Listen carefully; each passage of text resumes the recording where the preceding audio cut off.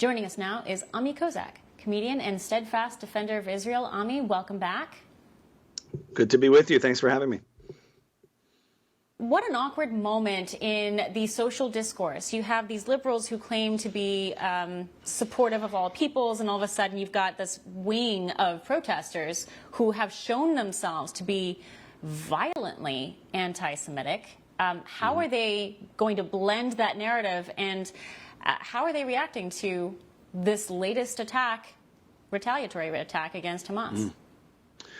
I mean, it's really astounding when you see aggression and terrorism framed as resistance and self-defense framed as escalation, as if defending oneself from annihilation, from attacks, is somehow escalating a situation or bringing the region into war. No, I guess this is a chicken or an egg thing, but when you spend years committing yourself to Israel's destruction and spouting genocidal language, intention and action to do so, and then Israel takes the actions to defend itself in a retaliatory attack against you, that's not escalation, that's self-defense, and Israel has every right to do that, and it's been a long time coming. So you can't go claiming that once all of a sudden you start being on the losing end of a war, that all of a sudden things are being escalated and Israel's somehow the aggressor. That's not how aggression and self-defense work. It doesn't become aggression when you start to lose the war.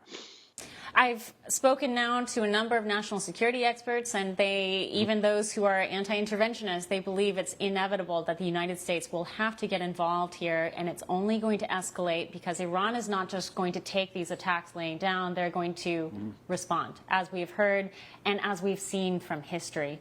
Where do you think that actually will go if we have a Trump presidency compared to a Kamala presidency? Yeah, so I mean, it's...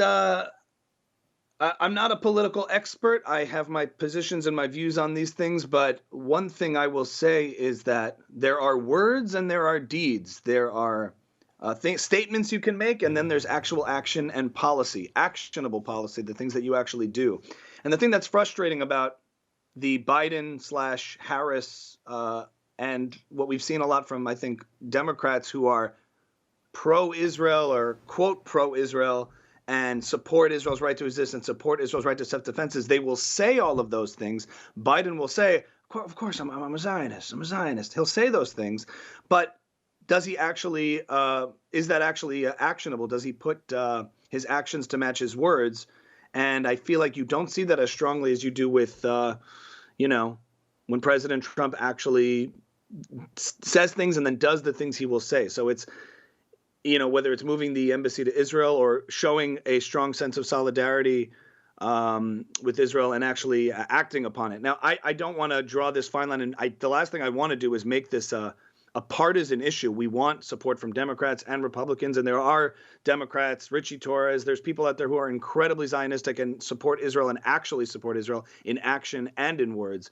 But certainly what we've seen is this sort of trying to play both sides of it, where Joe Biden will say one thing when he's talking to a pro-Israel audience or a pro-Israel news outlet or stake a position, and then try to say something else when he's talking to an anti-Israel crowd or trying to, quell the genocide Joe crowd, as if he's going to gain favor with people who not only hate Israel but also hate America and the West by trying to have a more sympathetic view. I think that's just spineless. And to the extent that you assert yourself with strong positions and pro-Israel positions that believe in Israel, believe in the United States, and believe in Western civilization and stand by that, I can respect that a lot more. At least Rashida Tlaib is more honest, At least she's more honest. She just is anti-Israel. She's not trying to say, I support Israel's right to exist and defend itself. We know where she stands. She doesn't. At least maybe it's better to know where you stand than hearing both sides of their mouth talk.